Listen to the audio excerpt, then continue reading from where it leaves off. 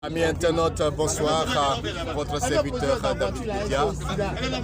Nous sommes aujourd'hui 17 juin 2021, un jour dont on a beaucoup parlé, le jour de l'arrivée de Laurent Gbagbo après 10 ans passés à la CPI.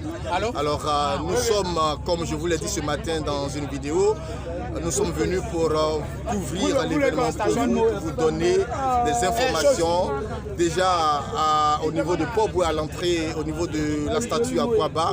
Nous avons été accueillis avec des jets lacrymogènes et tout ça.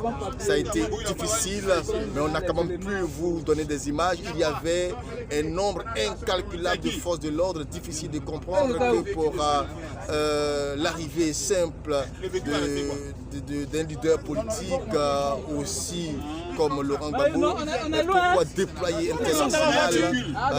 C'est difficile. Maintenant, nous, journalistes, nous avons tout fait. Nous avons nos accréditations. Je vous présente mon accréditation.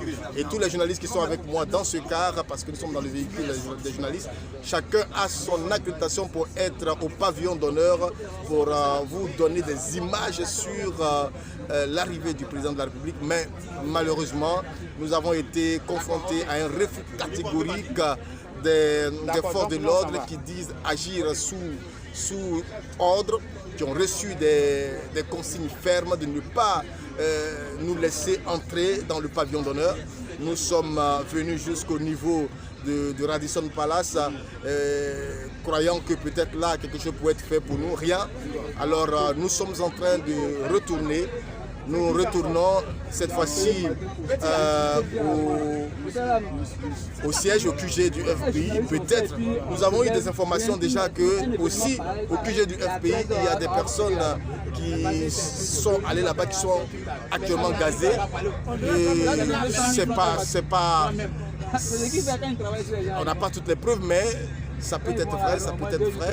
On y va pour voir si peut-être là-bas on pourra nous laisser vous donner des informations. C'est dommage, c'est regrettable pour un état de droit comme la Côte d'Ivoire, une démocratie, cette Côte d'Ivoire dont on nous présente comme ayant atteint le point de l'émergence depuis 2020. On n'en parle plus, mais je pense que nous traînons encore avec la démocratie et c'est regrettable, mais bon, qu'est-ce que nous allons faire? On va faire avec les images que nous pourrons avoir pour vous, on vous les donnera, les informations que nous avons, c'est-à-dire nous avons été empêchés d'entrer à l'aéroport, nous avons, les partisans de Laurent Gbagbo ont été empêchés de pouvoir venir accueillir leur leader. Actuellement, c'est des bombes lacrymogènes, la commune de Pobwe ressemble à un champ de guerre aujourd'hui, sincèrement, et quand on regarde le balai des forces de l'ordre au niveau de l'aéroport, ça donne véritablement des inquiétudes. Dans les échanges, certains journalistes ont été un peu pessimistes, on dit est-ce qu'ils ne sont pas en train de préparer l'arrestation du président Laurent Gbagbo?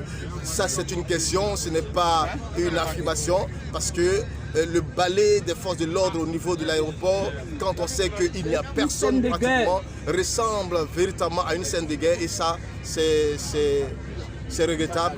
Ce qui est sûr, nous sommes encore là, il n'est pas encore tard, nous sommes là pour vous donner encore des informations, on vous revient. Restez Canal d'Ivoire, partagez la vidéo et puis shalom.